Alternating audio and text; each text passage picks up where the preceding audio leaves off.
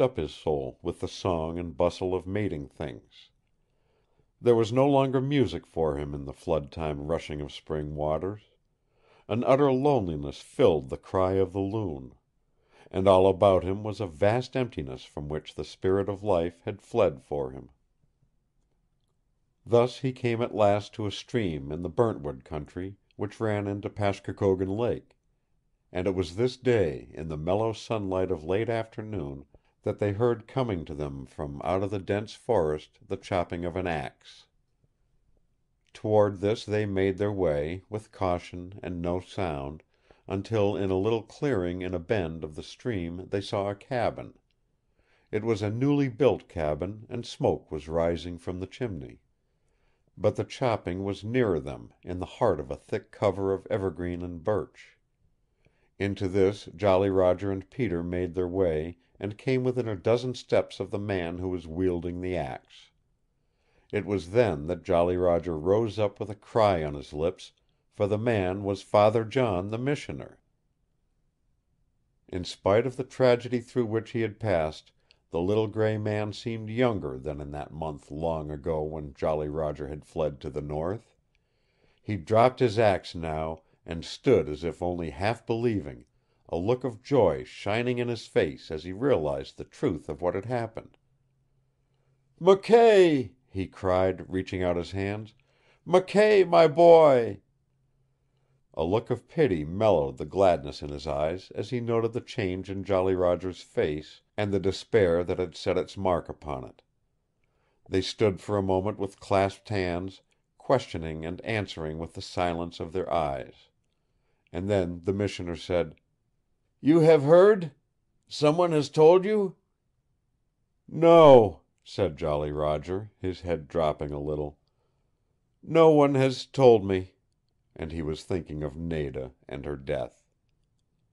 Father John's fingers tightened. "It is strange how the ways of God bring themselves about," he spoke in a low voice. "Roger, you did not kill Jed Hawkins." Dumbly, his lips dried of words, Jolly Roger stared at him. "No, you didn't kill him," repeated Father John. "On that same night of the storm when you thought you left him dead in the trail, he stumbled back to his cabin, alive. But God's vengeance came soon. A few days later, while drunk, he missed his footing and fell from a ledge to his death. His wife, poor creature, wished him buried in sight of the cabin door." But in this moment Roger McKay was thinking less of Breault the ferret and the loosening of the hangman's rope from about his neck than he was of another thing. And Father John was saying in a voice that seemed far away and unreal, "We've sent out word to all parts of the north, hoping someone would find you and send you back. And she has prayed each night, and each hour of the day the same prayer has been in her heart and on her lips. And now—" Someone was coming to them from the direction of the cabin. Someone, a girl, and she was singing. McKay's face went whiter than the gray ash of fire. "My God," he whispered huskily. "I thought she had died." It was only then Father John understood the meaning of what he had seen in his face. "No, she is alive," he cried. "I sent her straight north through the bush with an Indian the day after the fire. And later I left word for you with the Fire Relief Committee at Fort William, where I thought you would first inquire." "And it was there," said Jolly Roger, "that I did not inquire at all." In the edge of the clearing, close to the thickest of timber, Nada had stopped. For across the open space a strange-looking creature had raced at the sound of her voice, a dog with bristling Airedale whiskers and a hound's legs, and wild wolf's body hardened and roughened by months of fighting in the wilderness. As in the days of his puppyhood, Peter leaped up against her, and a cry burst from Nada's lips, a wild and sobbing cry of "Peter! Peter! Peter!" And it was this cry Jolly Roger heard as he tore away from Father John. On her knees, with her arms about Peter's shaggy head, Nada stared wildly at the clump of timber, and in a moment she saw a man break out of it, and stand still, as if the mellow sunlight blinded him and made him unable to move. And the same choking weakness was at her own heart as she rose up from Peter and reached out her arms toward the gray figure in the edge of the wood, sobbing, trying to speak, and yet saying no word.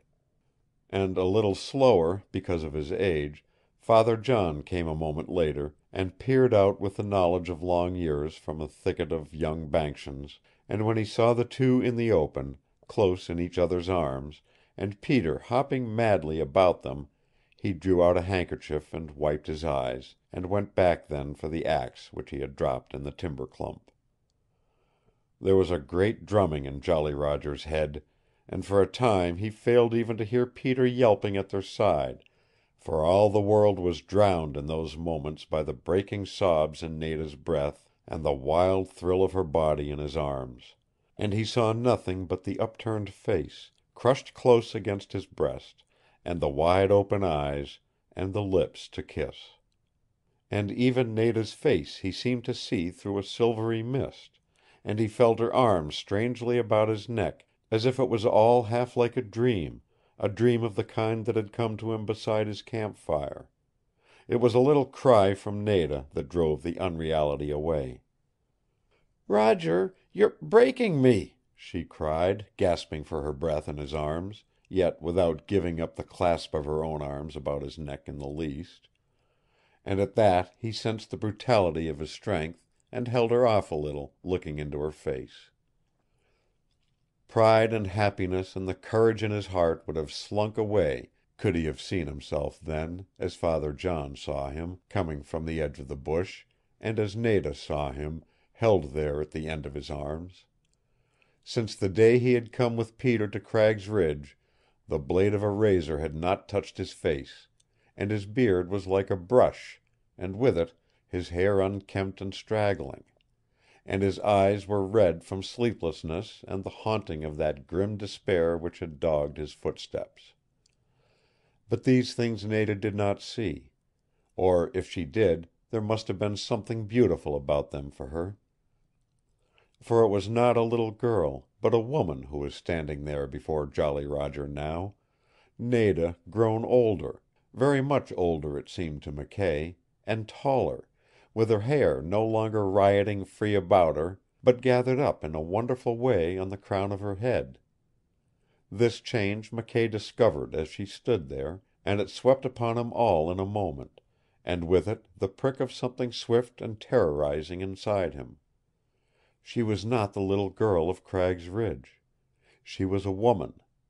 In a year had come this miracle of change, and it frightened him, for such a creature as this that stood before him now, Jed Hawkins would never have dared to curse or beat, and he, Roger McKay, was afraid to gather her back into his arms again.